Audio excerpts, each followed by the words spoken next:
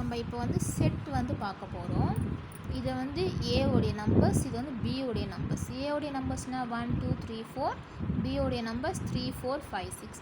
அவங்களுடைய கொஷின் என்ன? Find B minus ஏன்றது தான் கொஷின். B மைனஸ் ஏனா பியில் இருக்கக்கூடிய நம்பரே வந்து ஏல இருந்துச்சுன்னா அதை கேன்சல் பண்ணிவிட்டு இல்லாத நம்பரை வந்து எடுத்துக்கணும். ஃபார் எக்ஸாம்பிள் வேணால் கொஷின்லேயே இருக்குது.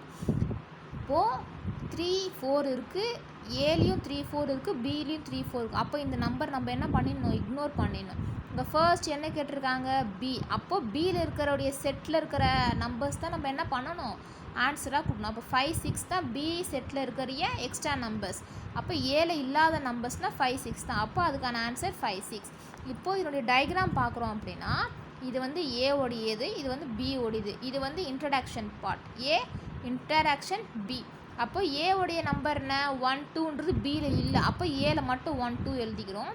3 4ன்றது ஏலையும் இருக்குது, பிலையும் இருக்குது. அதனால தான் சென்டரில் ஏ பி ஜாயின் ஆகக்கூடிய இடத்துல நம்ம 3 4ன்றது இங்கே நம்ம ரைட் பண்ணியிருக்கோம்.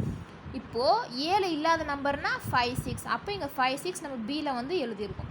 இந்த டயக்ராம் ஏன் இதை மட்டும் நம்ம ஷேட் பண்ணுறோன்னா அவங்க பி தான் கேட்டிருக்காங்க. நம்மளுடைய ஸ்டார்டிங் என்ன ஆல்ஃபபெட்டிக் இருக்கோ அதுக்கான ஆன்சர் தான் நம்ம வந்து ரெப்ரசென்ட் பண்ணணும். அப்போ பி உடைய ஆன்சர் வந்து பியை மட்டும்தான் ஷேட் பண்ணணும். அப்போ அதுதான் பி மைனஸ் ஏ உடைய வேல்யூ. இதுக்கு நான் உங்களுக்கு சில டயக்ராம்ஸ் வந்து சொல்கிறேன். A union B, A union பினா ஜாயின் பண்ணுறோம் அப்படின்ற அர்த்தம். அப்போ ஃபுல் டயக்ராம் என்ன பண்ணணும்? நீங்கள் ஷேட் பண்ணணும். இதுவே ஏ இன்ட்ராக்ஷன் பி அப்படின்னா இன்டராக்ஷன்னா என்ன?